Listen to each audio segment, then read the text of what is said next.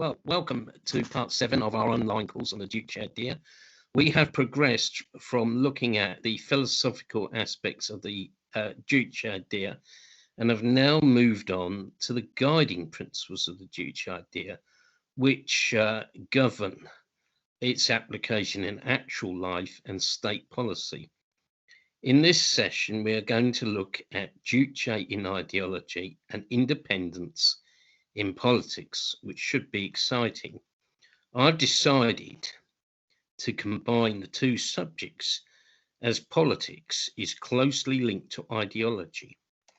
In his famous 1982 treatise on the Juche Idea, the great leader Comrade Kim Jong-il wrote as follows: establishing Juche in ideology is the primary requirement of the masses' revolutionary struggle for independence. The revolution and construction are man's conscious activities. Establishing Juche in thinking, therefore, is the only way to establish Juche in politics, the economy, defense, and all other domains. To establish Juche in ideology means having the consciousness that one is the master of the revolution and construction, thinking, doing everything, centering on the revolution in one's own country and acquiring the viewpoint and attitude of solving all questions by one's own talent and initiative. End of quotation. Thus, without establishing Juche in ideology, you cannot establish Juche in other fields. It's as simple as that.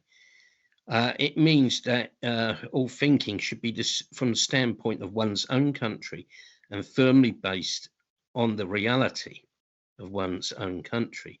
It means familiarizing oneself with the history and geography of one's country.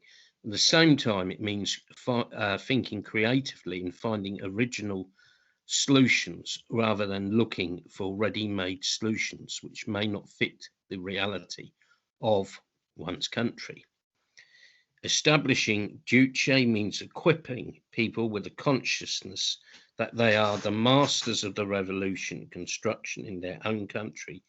It means that the revolution should be equipped with its own independent ideology. This is not as easy as it may sound. In Korea, the struggle to establish Juche in ideology was particularly acute because Korea had a long history of flunkeyism and sycophancy towards big countries.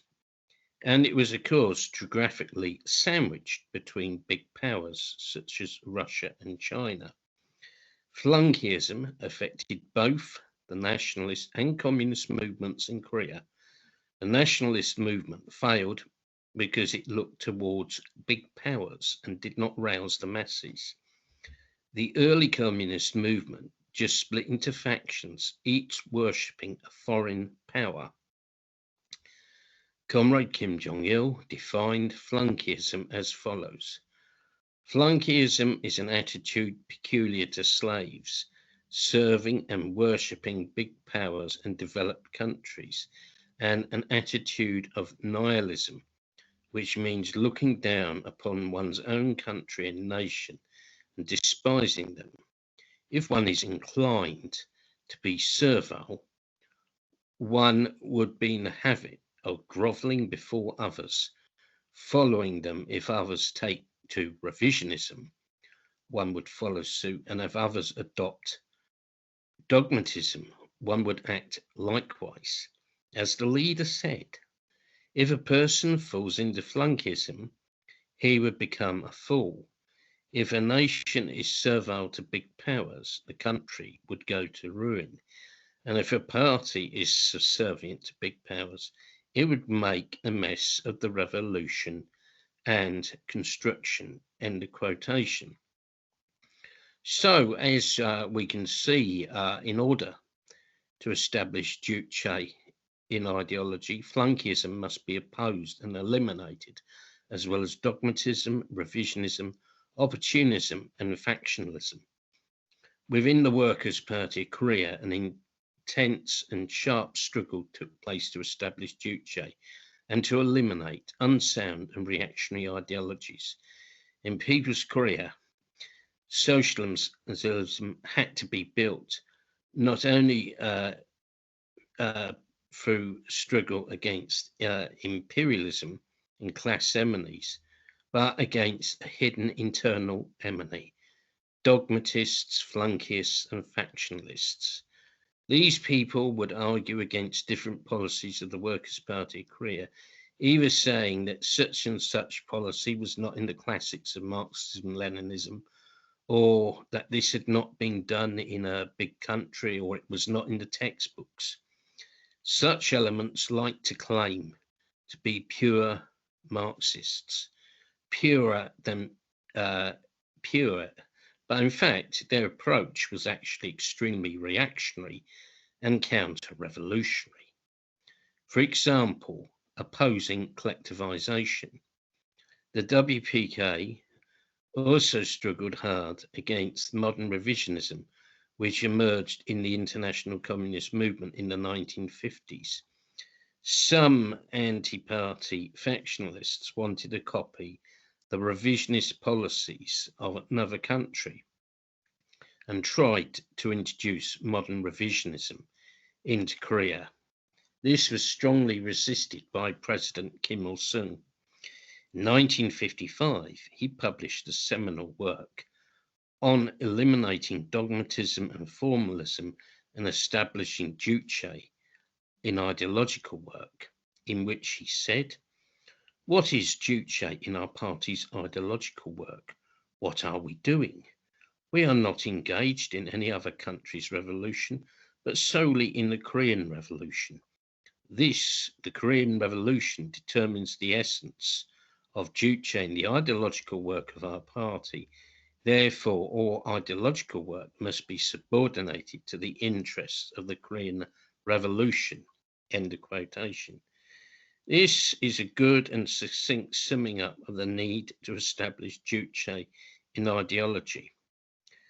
Later, he said how the struggle to establish Juche in ideology was intimately linked to the struggle against modern revisionism, saying that in 1955, therefore, our party set forth the definite policy of establishing Juche and has been persistently urging an energetic ideological struggle to carry it through ever since.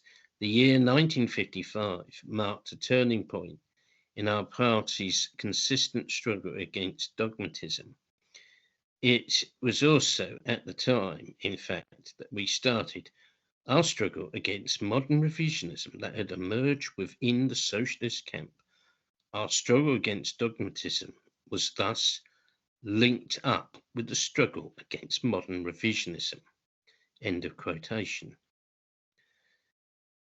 Another central plank of maintaining the independent stand in the revolution in construction, along with establishing Juche ideology, is, of course, independence in politics, or political independence. As Comrade Kim Jong-il said, politics is of decisive significance in social life.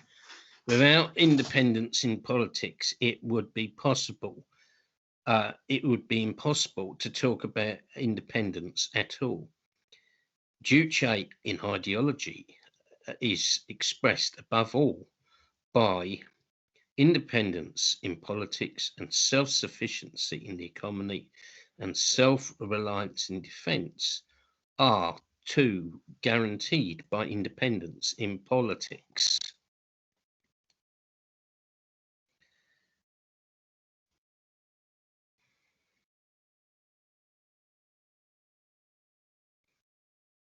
Maintaining independence in politics means upholding national independence and sovereignty of one's people, defending their interests and conducting politics by relying on them.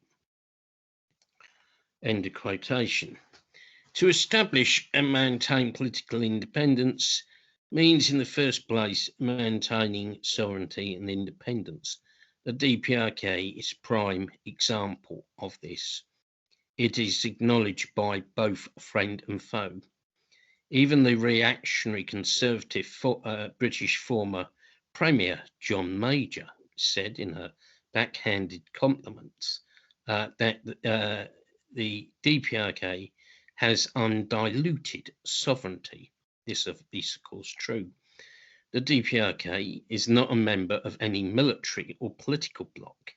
It does not have foreign troops stationed on its soil. The DPRK has always maintained an independent stand.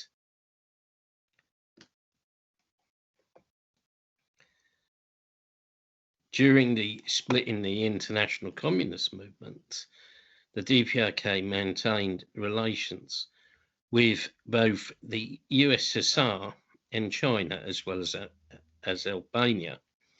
The DPRK opposed modern revisionism from an independent position, a position of struggling while uniting and uniting while struggling. It was because of its Juche-based independent ideological and political position that the DPRK avoided the pitfalls of sectarianism, ultra-leftism, and dogmatism that some who had opposed revisionism fell headlong into. The DPRK has an independent foreign policy based on its own needs and not dictated to by another country. As stated above, the DPRK maintained relations with both socialist countries. On some foreign policy questions, the DPRK took a different position to the USSR, and on others, a different position to China. And in one case, that of recognizing the Saharan Arab Democratic Republic, it took an independent position of both China and the USSR. At the same time,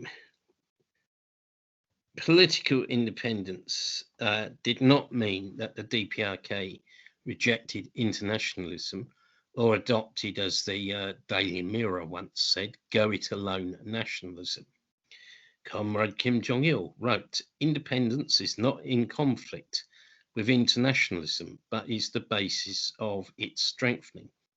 Just as the world revolution is inconceivable without the revolution in one's own country, internationalism divorced from independence cannot exist. As a matter of principle, international solidarity must be based on freedom of choice and equality. Only when it is founded on independence will international solidarity become based on free choice. The best way, end of quotation, the best way to make a contribution to the world revolution is to carry out the revolution successfully in your own country first. That is making a decisive contribution to the world revolution. And it is also a fact that the DPRK, in terms of international solidarity, has always punched way above its own weight. And I detailed that in my book, Career of Juche. It can be said that the Juche idea excellently synthesized or combined the national and international duties of the working class. And that concludes the lecture. And I'm going to set the following questions for next time. And I think, this time I will circulate them several times.